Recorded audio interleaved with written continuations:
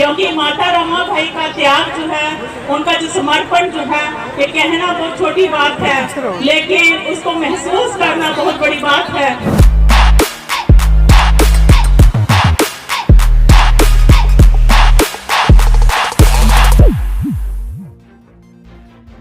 अभी हम देख रहे थे कि किस तरीके से बाबा साहब ने आपने बचपन से ही संघर्ष किया और छोटे होते ही उनको कितनी सारी यातनाएं जो है वो स्कूल में सहन करनी पड़ी, उनके बाल नहीं काटे गए। अभी आपने देखा यहाँ पे रमाबाई अंबेडकर महिला संघ कोंडली दिल्ली की तरफ से माता रमाई के चरणों में नमन हमारा बहुत सुंदर प्रस्तुति थी। जगरोशनी नोएडा से जो नाटक का मंचन किया गया, मैं उससे भी बड़ी प्रभावित हुई हूँ कि किस प्रकार से उन्होंने यहाँ पे एक पेशकश दी और एक मैसेज दिया कि हमें किसी भी सूरत में बिकना नहीं है। ये मैसेज हमारे बाबा साहब पहले ही दे चुके हैं कि रमाई में कभी मैंने गरीबी देखी है, मुसीबतें देखी हैं, लेकिन मैं कभी झुका नहीं, मैं कभी बिका नहीं।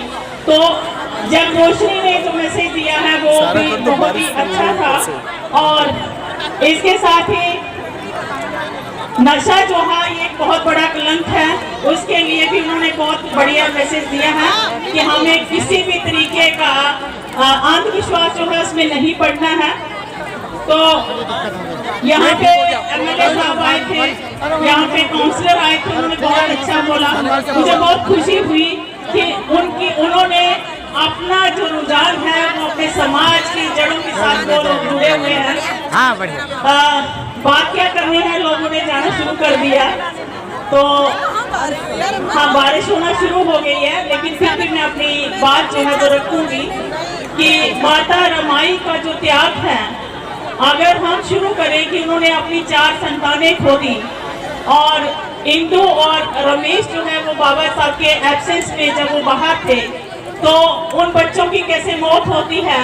और रमाबाई अंबेडकर जो है वो अपने पति बाबा साहब अंबेडकर को ये नहीं बताती हैं, इसलिए नहीं बताती है कि बाबा साहब एक उच्च कोटि की शिक्षा प्राप्त करके वापस लौटेंगे, मेरा जीवन भी बाकी औरतों की तरह बहुत अच्छा होगा, मैं भी अपना घर जो है उसमें बहुत सारा सामान लाऊंगी। वो बहुत उम्मीदों से उनका इंतजार करती हैं और जब वो वापस आते हैं उसके बाद भी पीछा जो था मुसीबतों ने बाबा साहब का नहीं छोड़ा, वो जहाँ भी जाते उनके साथ तिरस्कार होता। अगर वो बड़ौदा में वहाँ काम करते हैं ऑफिस में, तो जिस कालीन से वो आते हैं उनका कालीन के ऊपर गौमूत्र का छिड़काव किया जाता है। तो ये तौहीन जो बार बार बाबा साहब के साथ हो रही थी, बाबा साहब ने ये यातनाएं सहते हुए जब अंत में उनके तीसरे बच्चे की मौत होती है, गंगाधर की मौत होती है, तो बाबा साहब इधर थे, उनको बहुत सारे झटके जो है वो मिले, लेकिन समाज को के उत्थान के लिए बाबा साहब कभी नहीं रुके और माता रमाई का साथ जो था वो हमेशा उनके साथ बना रहा। ये उसी का रिजल्ट है कि आज मैं आपके समक्ष हूँ। आज मैंने यहाँ देखा कि महिलाएं बहुत अच्छे वस्त्रों में यहाँ पे बहुत सुंदर साड़ियाँ पहन के बहुत अच्छे तरीके से बहुत कॉन्फिडेंस के साथ स्टेज के ऊपर उन्होंने प्रस्तुति दी। तो ये सब कमाल जो है ये माता रमाई का है। अगर बाबा साहब डॉक्टर बी.आर. अम्बेडकर नहीं बनते तो शायद आज जो हम पानी पी रहे हैं, आज जो हमें जो सहूलतें हैं, आज जो हमें रिजर्वेशन मिली, आज जो हमें पानी मिलने का अवसर जो है वो मिला, ये बाबा साहब की देन है। पढ़ने का मौका जो है उसके लिए हमारे ज्योतिराव फूले और माता सावित्रीबाई का संघर्ष किसी से छिपा हुआ नहीं है। बाबा साहब ने उनको अपना गुरु माना, संत कबीर को अपना गुरु माना। बाबा साहब कहते हैं कि मेरे जो महापुरुष है उनका जो संघर्ष है मैं उसी को आगे कैरी फॉरवर्ड कर रहा हूँ। तो इससे हमें शिक्षा लेनी चाहिए कि बाबा साहब जो हैं वो इतने महान व्यक्ति होकर फिर भी उन्होंने अपने महापुरुषों को इतना आदर मान सम्मान दिया और ये बात कही कि मैं उसी कारवां को आगे लेके जा रहा हूँ। लेकिन अब बात जो है वो ये है हमारे सामने कि माता रमाई जो है जिनका आज हम जन्म दिवस मना रहे हैं, उनका भी एक बहुत बड़ा त्याग जो है उसके माध्यम से उन्होंने हमें बहुत शिक्षा जो है वो दी है। माता रमाई जो है वो एक बहुत अच्छी सुलझी हुई महिला थी, क्योंकि उनका बचपन जो था वो 9 वर्ष की आयु में उनके माता पिता उनके साथ नहीं थे। आप अंदाजा लगाइए कि दुख कितना बड़ा था। वो अपनी उम्र से पहले ही वो मैच्योर हो चुकी थी, वो जानती थी कि मुझे संघर्षों की वो आदी हो चुकी थी। जब उनका विवाह बाबा साहब अम्बेडकर के साथ होता है तो वो 14 वर्ष के थे, मात्र 14 वर्ष के। लेकिन माता रमाई को ऐसे लगा कि अब मेरे दिन जो है वो बदल जाएंगे, क्योंकि मैं ऐसे परिवार में आई हूँ जहाँ मुझे ससुर से पिता समान प्यार मिल रहा। लेकिन वो भी ज्यादा देर तक नहीं चला। उनके जो ससुर हैं वो भी इस दुनिया से विदा ले चुके। तो आप इस चीज को समझिए कि दुखों का पहाड़ जो है वो कैसे उनके बचपन से शुरू होता है। अगर हम उनकी तस्वीर देखें तो उनकी आंखों में हर चीज आपको वो समझ आती है। वो त्याग जिसकी हम बात करते हैं, जिसकी हम चर्चा करते हैं, वो सब उनकी आंखों से, उनकी सहन शक्ति से, उनका जो धैर्य जो था। बाबा साहब के आगे कई बार रमाई ने ये कहा, जब वो बार बार टूटती रही, एक बच्चा जाता है, इंदू चली जाती है, कुपोषण की शिकार होती है, उसके दवाई के अभाव में पैसा नहीं है, क्योंकि पैसा जो है बाबा साहब को भेजना है।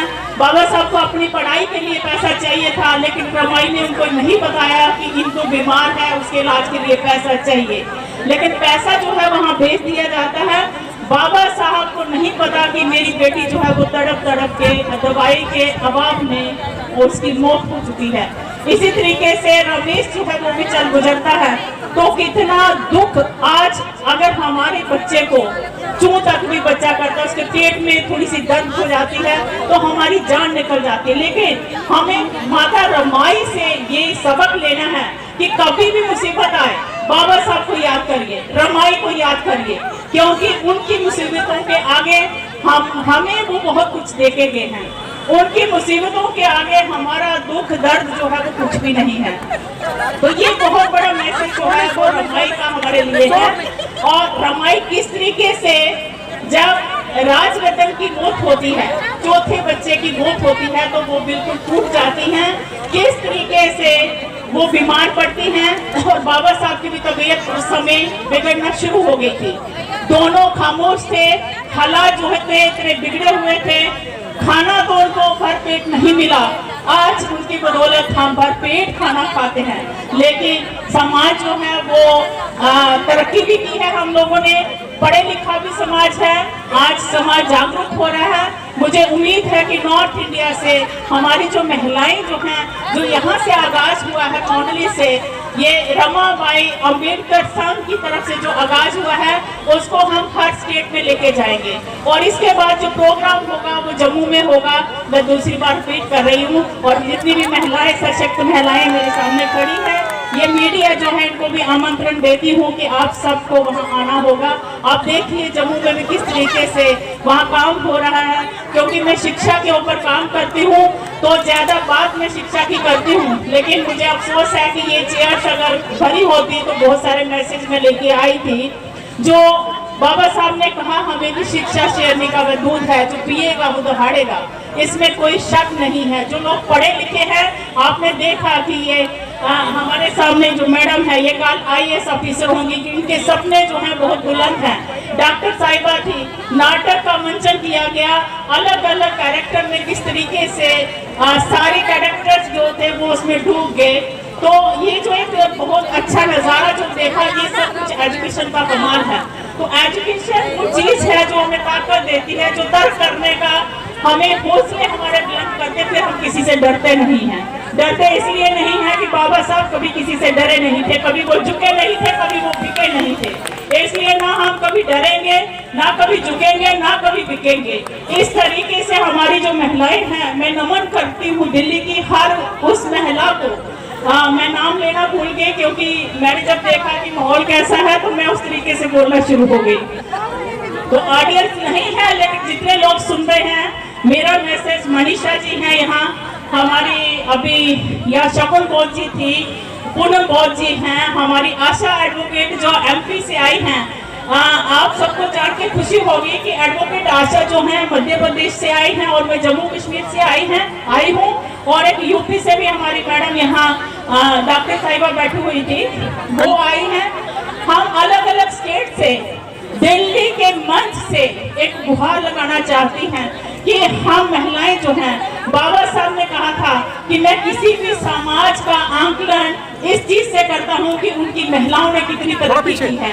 तो बाबा साहब, हम आपकी मानते भी हैं, हम आपका बहुत आदर सम्मान करते हैं, हम ये प्रण करते हैं कि हम कभी पीछे नहीं हटेंगे। महिलाएं जो है वो हर स्टेट में जागरूक होंगी और अपने मिशन को, जैसे बाबा साहब ने कहा कि मिशन को आगे ले जाना है, और अगर आपसे आगे नहीं ले जाया गया तो इसको कभी पीछे नहीं जाने देना। लेकिन मुझे ऐसी उम्मीद जो है वो दिल्ली से जो है वो देखने को मिल रही है, क्योंकि रमाबाई अम्बेडकर संघ, खास करके हमारी मीना जी, मुझे मना किया था कि मेरा नाम नहीं लेना, लेकिन वो ऐसी पर्सनैलिटी है कि जिन्होंने मुझे आकर्षित किया है। मैं दूसरी बार दिल्ली आई हूँ, मेरा कभी दिल्ली आने का मन नहीं करता था, मैं अपने स्कूल को छोड़ के आई हूँ और मैं 4 दिन की छुट्टी पे हूँ। और स्कूल जो है मैंने अपने वाइस प्रिंसिपल के हवाले कर दिया कि मुझे जाना है। मुझे बहुत प्यार मिला दिल्ली में, पहली बार इतना प्यार आप लोगों ने दिया, और यही प्यार आपको जम्मू कश्मीर में मिलेगा। आप एक बार उस वादियों में आके तो देखें। तो